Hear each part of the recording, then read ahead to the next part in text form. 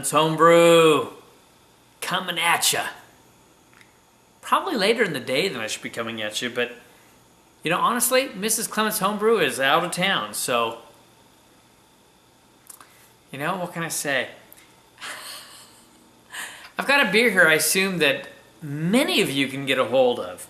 You know, I need to do some common brews, and this is definitely one that should be pretty available. This comes to us from New Belgium Brewing. It caught my attention. I've been told I needed to try it. This is the Cascara Quad. The Cascara Quad caught my attention from the description. I was drawn in. I'd passed it by several times, but it says it's an ale brewed with date, I assume dates, and with coffee cherries added. So, yeah, how can one resist that? This is a quad, of course, a quadruple. It's a flat 10%, 22 IBUs, so very low. And I'm gonna get this open. We're gonna see what we got here.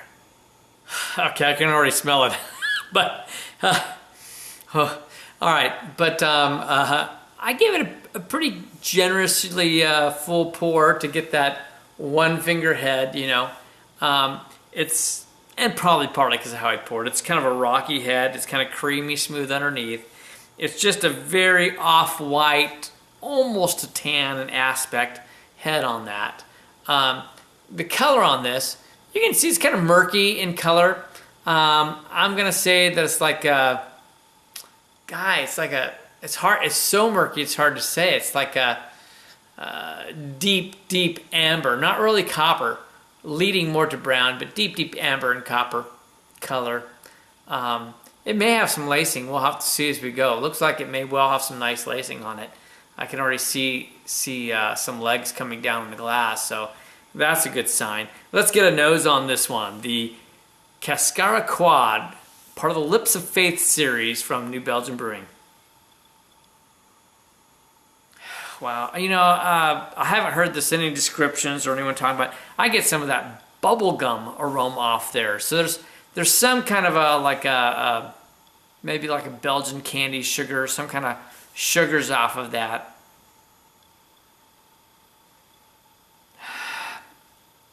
Yeah. A hint of biscuit. You get a little bit of fruit, maybe a hint of tobacco. I'm actually getting some like pear in this, a little bit of banana in it. Yeah, quite fruity. Yeah, getting some plum, but yeah, definitely plum. This is like a San Joaquin. They're the deep red plums from the West Coast, Central Valley of California. But on the very sweet edge, like this is sugar plum fairies, you know, but they're fresh. It's very ripe plums. And like I say, some banana, a hint of cherry. You know, a little bit of like a candy sugar, like Belgian candy sugars.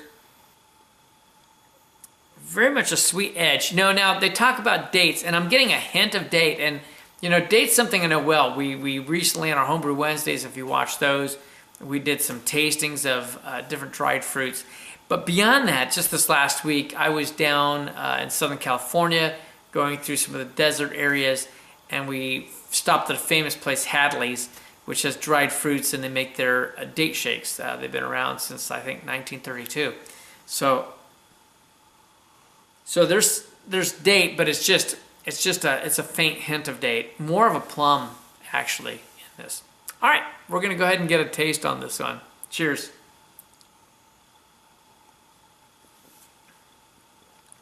Well, that's interesting.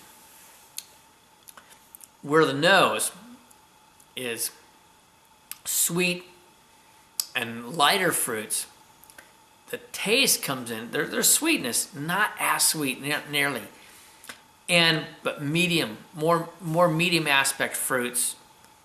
Has a hint of that bubblegum taste. So I'm kind of thinking maybe they did some kind of, it's either esters from the yeast or or it's due to some kind of candy sugars. Actually, I've got some of the ingredients here. I'll just read them off to you. It says they've put in malts. They had pale malt, they had Munich, caramel Munich, biscuit, and black. For hops, they have, it reads interesting. It says they had Hallertauer Hirschbrucker Noble, like it's a single hop, and then Styrian Noble Golding. They also say they've got Belgian Amber Candy Sugar. Okay, well there you go. That's what I was pulling out. They've got some date sugar, so not just dates, but date sugar. Okay, makes sense. And Cascara tea, something honestly I'm not familiar with, and I didn't do any homework on that. So that's going to add some interesting aspects for sure.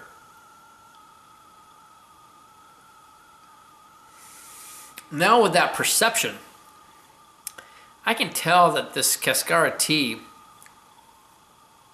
is bringing some interesting aspects, because there's like a tea and almost a berry type flavor that I can kind of pick up on this. I'm wondering if Cascara tea is possibly like a darker berryish type tea, like they do some teas. They're darker teas.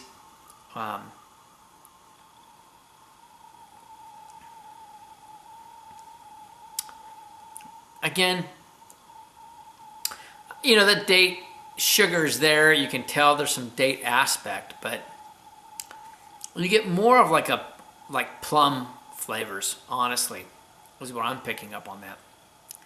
A little bit of cherry, like maybe some black cherry in there.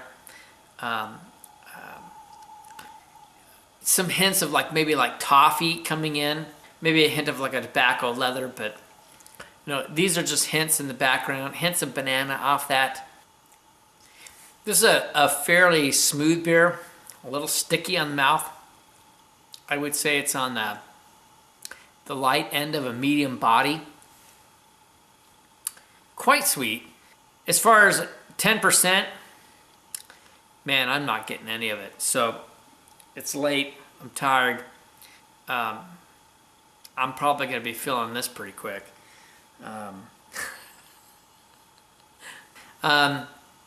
Ratings, wow.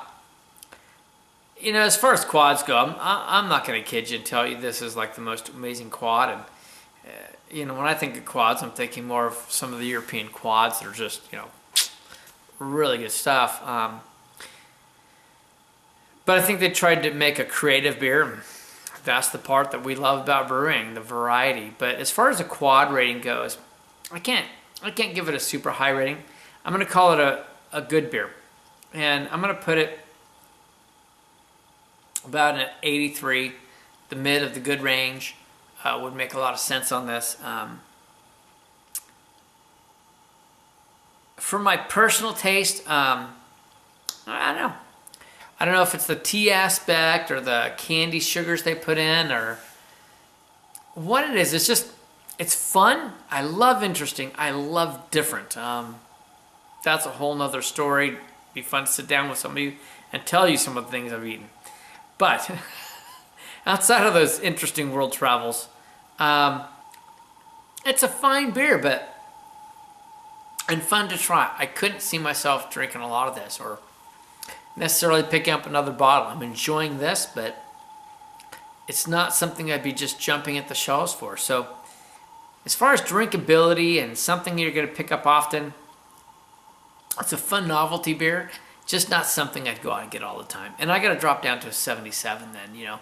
This is a C to C plus beer. Probably C plus, I guess you would say. So 77. Fun. A lot of varied flavors.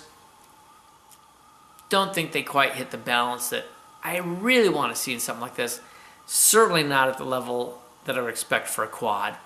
But some of these aspects are very fun. So worth giving a shot. It's not an expensive beer. Easily to find on the shelf.